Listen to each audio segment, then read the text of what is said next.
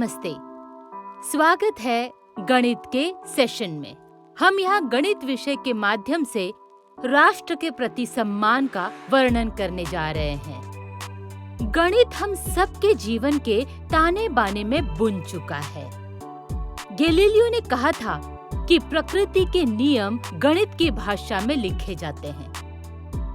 गणित की शिष्टता और सुंदरता कुछ ऐसी है जैसे कला, काव्य, संगीत आदि। और जो लोग कला और संगीत से प्यार करते हैं वे समझेंगे कि गणित भी प्यार और सम्मान करने की ही चीज है। आज गणित में मैं जिस विषय पर बात करूंगी वो है शून्य का महत्व। हमारे भारत में पहला आविष्कार। हमारे पास भारत में महान गणितज्ञ थे।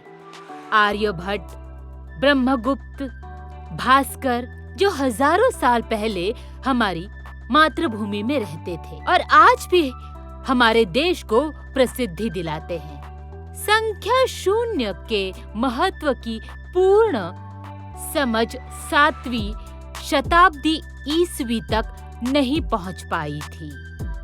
ब्रह्मगुप्त ने दिखाया कि किसी भी संख्या को स्वयं से घटाने पर शून्य प्राप्त होगा।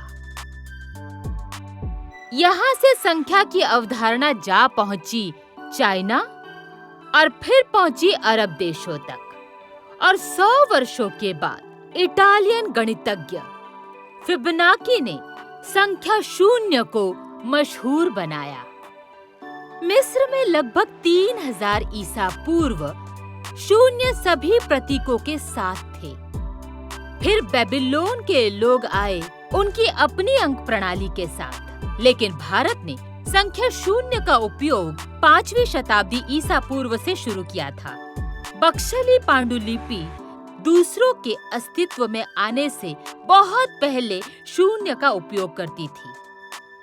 फिर ये गई अरब देशों में और फिर चाइना में।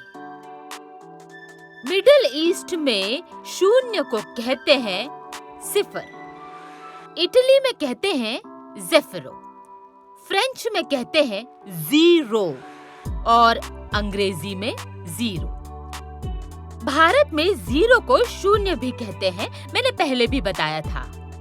खाली जीरो या शून्य की स्थिति प्राप्त करना शांति की स्थिति प्राप्त करने के समान है।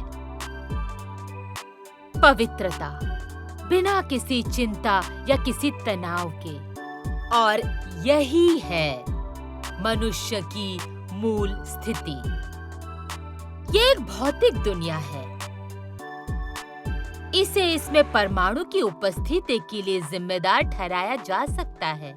और अगर एक आध्यात्मिक दुनिया को आत्मा में सर्वोच्च जागरूकता की भावना के लिए जिम्मेदार ठहराया जा सकता है, तो शून्य का प्रतीकात्मक प्रतिनिधित्व दोनों दुनिया का प्रतिनिधित्व करता है।